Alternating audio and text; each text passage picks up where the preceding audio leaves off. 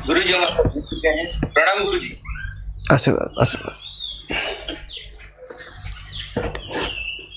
गुरु जी आज हम आपसे जानना चाहेंगे कि नवरात्रि का क्या महत्व है। नवरात्रि पहले तो है क्या? 9 दिन की पूजा आराधना नवरात्रि कहलाती है और यह अम्बा माता का प्रतिनिधित्व करती है। अम्बा माता का अर्थ है ऊर्जा। ऊर्जा के 3 प्रकार हैं। कौन कौन से? जब वो पृथ्वी पर है तो हम उसको अग्नि कहते हैं। जब वो नवग्रह मंडलों में है तो हम उसे सूर्य कहते हैं। और जब वो अंतरिक्ष में विद्यमान है तो हम उसे विद्युत कहते हैं। यह विद्युत ही माँ अम्बा है, माँ दुर्गा है। और इसी की आराधना करके हम अपने अंदर शक्ति, विद्युत शक्ति मतलब आध्यात्मिक शक्ति का विकास करते हैं। और बार बार क्यों करते हैं? ताकि निरंतर हमारे अंदर आध्यात्मिक ऊर्जा बनी रहे। साल में 4 बार नवरात्रि आती है। कौन कौन से टाइम पर? पहला तो माघ के महीने में, ठीक है। दूसरा चैत्र के महीने में, तीसरा आषाढ़ के महीने में और चौथा आश्विन के महीने में नवरात्रि आती हैं। इनमें से 2 केवल आध्यात्मिक लोगों के लिए, जो पूर्ण रूप से ईश्वर में विलीन हो जाना चाहते हैं, उनके लिए 2 गुप्त नवरात्रि हैं। और ये गुप्त नवरात्रि चंद्रमा की 16 कलाओं की पूजा से संबंधित है। चंद्रमा की 16 कलाएं हैं, सूर्य की 12 हैं। जो चंद्रमा की 16 कलाएं कौन कौन सी? अमावस्या को चंद्रमा की 0 कला होती है और पूर्णिमा को 15 कला होती है। प्रथमा को 1, द्वितीया को दूसरी, तृतीया को तीसरी, चतुर्थी को चौथी। इस प्रकार से अमावस्या के प्रारंभ करके पूर्णिमा तक कुल चंद्रमा की 16 कलाएं हैं। और 16 कला अवतार आपने सुना ही होगा। इन हर कलाओं से मनुष्य के अंदर एक गुण विकसित होता है। उन गुणों को विकसित करने के लिए हम इन पूजाओं को, इन आराधनाओं को करते हैं, जिनमें से मुख्य रूप से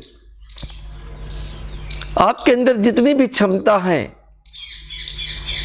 उन क्षमता को हम 3 ऊर्जाओं में विभक्त कर सकते हैं। कौन कौन सी? ऐंग, ह्रीं, क्लीं। और इनका अर्थ क्या है? ऐंग ज्ञान है, सरस्वती है। ह्रीं महामाया लक्ष्मी है। क्लीं बाहुबल है। हम उसे काली कहते हैं पर वो है बाहुबल। तो इस प्रकार से जो हमारे अंदर 3 ऊर्जाओं से जीवन संचालित होता है, क्या? विजडम, वेल्थ और स्ट्रेंथ। ज्ञान, धन और शक्ति। यदि 3 आपके पास हैं तो आपका जीवन सुखमय बना रहेगा। और इसीलिए हम इन 3 देवियों की 9 अलग अलग रूपों में पूजा करते हैं इन नवरात्र के दिनों में। और जो आध्यात्मिक गुण हैं वो 9 दिन के बाद भी ये पुष्प पूजा को चालू रखते हैं पूर्णिमा तक, ताकि कलाओं के वो गुण जो आध्यात्मिकता की ओर जाते हैं वो भी हमें प्राप्त हो सके। अब प्रश्न ये उठता है कि उद्देश्य क्या है। और हर बार जब नवरात्रि आती है तो कभी हम रावण को जला देते हैं, कभी रामनवमी की पूजा करते हैं। तो मुख्य रूप से क्या है, कभी चैत्र नवरात्रि में हम सप्तशती पाठ करते हैं।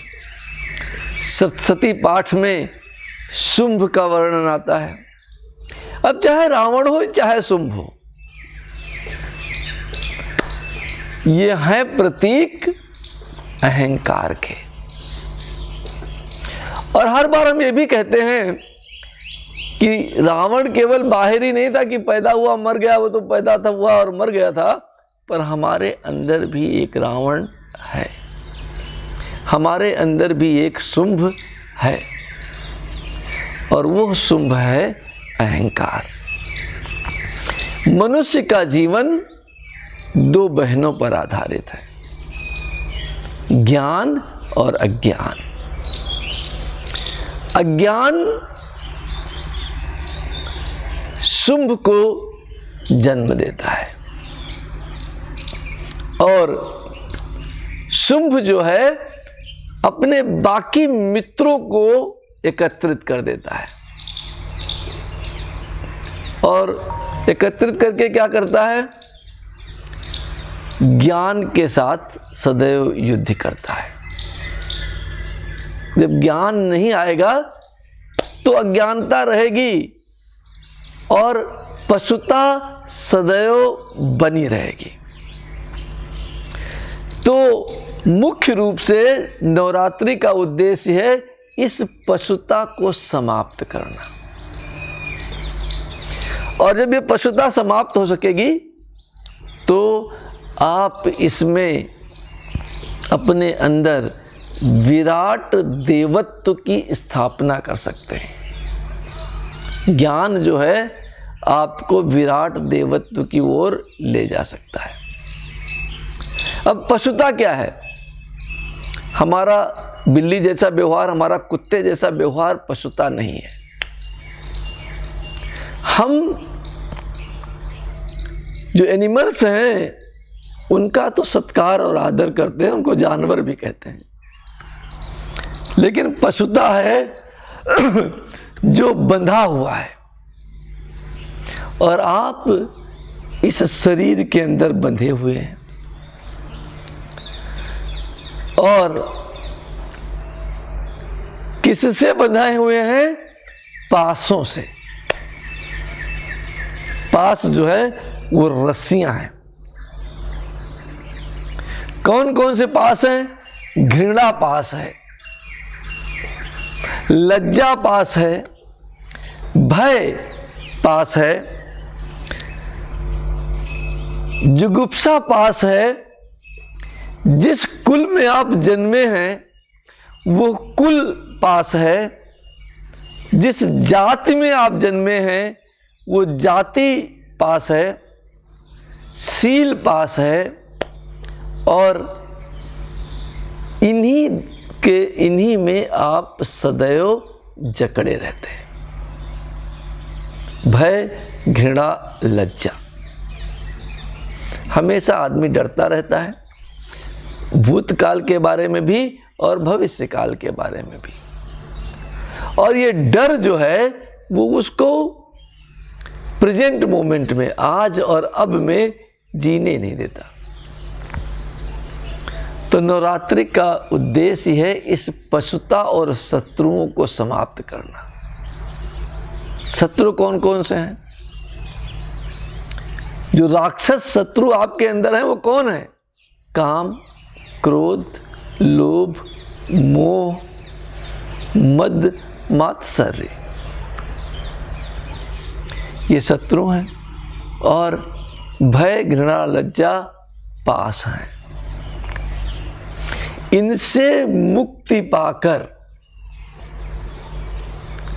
हम अपने जीवन में देवत्व स्थापित कर देव स्वरूप हो जाएं, ब्रह्म स्वरूप हो जाएं।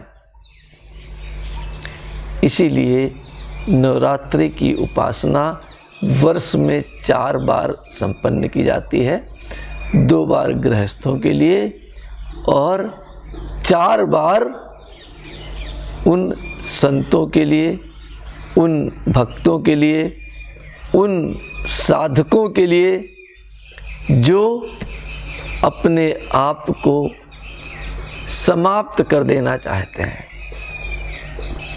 और अपने आप को समाप्त कर ईश्वरत्व प्राप्त कर लेना चाहते हैं।